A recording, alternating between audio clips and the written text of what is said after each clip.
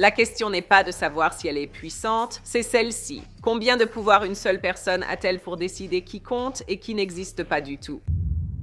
Anna Wintour peut mettre fin à votre carrière sans dire un seul mot. Pas d'email, pas d'appel, aucune explication, juste le silence. Et dans la mode, ce silence est plus assourdissant que tout. Des créateurs ont investi des années et des millions dans leurs collections et marques, mais tout semblait inutile sans la reconnaissance d'Anna Wintour. Une couverture de Vogue signée Anna Wintour peut faire de vous un nom connu dans le monde entier du jour au lendemain. Mais si elle vous ignore, c'est comme si vous n'aviez jamais existé. Ce surnom, Nuclear Wintour, ne vient pas des médias, mais de ses anciens collaborateurs. Ceux qui ont vu des équipes entières, des carrières entières changer dès qu'Anna entrait dans une pièce. Parce que quand Anna arrive, quelque chose change. Et parfois, quelque chose disparaît. Donc la question n'est pas de savoir si elle est puissante, c'est celle-ci. Combien de pouvoir une personne a-t-elle pour décider qui compte et qui n'existe pas du tout?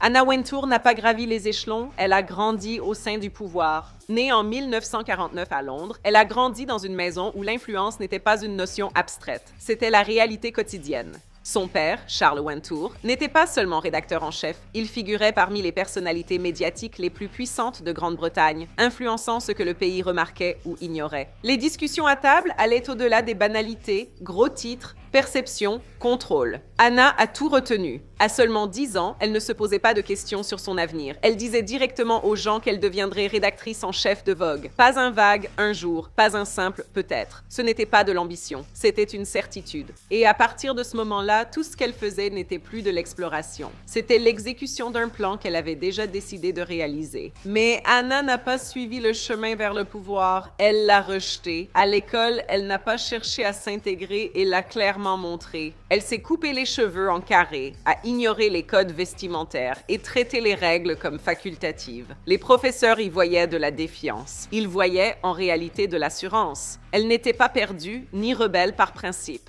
Elle pensait déjà savoir où elle allait et rien autour d'elle ne semblait pertinent. Alors elle résistait sans cesse. Et à 16 ans, le système a riposté plus fort. Elle a été expulsée. Pour la plupart des gens, cela aurait été un échec. Pour Anna, c'était une libération car elle n'a jamais voulu réussir dans une structure créée par autrui. Elle voulait quelque chose de plus risqué, décider comment la structure fonctionnait dès le début. Son entrée dans la mode a peut-être été facilitée par sa proximité avec le pouvoir, mais y rester a demandé quelque chose de bien plus rare, de la conviction. Quand Anna a débuté chez Harper's Queen à Londres, elle n'a pas cherché à apprendre les règles, mais à les remettre en question. À une époque où la mode était soignée, prévisible et maîtrisée, elle a voulu quelque chose de plus tranchant. Des visages jeunes, un style audacieux, des images modernes remplaçaient l'élégance sage et les figures établies, ce qui mettait les gens mal à l'aise. Ses collègues ne la trouvaient ni coopérative ni chaleureuse, mais la disaient difficile, froide et très sûre de sa vision. Mais vous savez, cette certitude était justement ce qui la distinguait. Alors que d'autres essayaient de réussir en s'adaptant, vous savez, au système, Anna faisait le contraire. Elle lui mettait la pression. Et lentement, presque discrètement au début, le système a commencé à changer autour d'elle. Son ascension n'a pas seulement comporté des revers. Elle a aussi connu des moments qui auraient dû tout arrêter. À New York, chez Harper's Bazaar, Anna Wintour ne s'est pas contentée de s'adapter discrètement et a remis en cause la direction créative du magazine. Ses idées étaient plus tranchantes, plus risquées et bien plus audacieuses que ce que la direction pouvait accepter.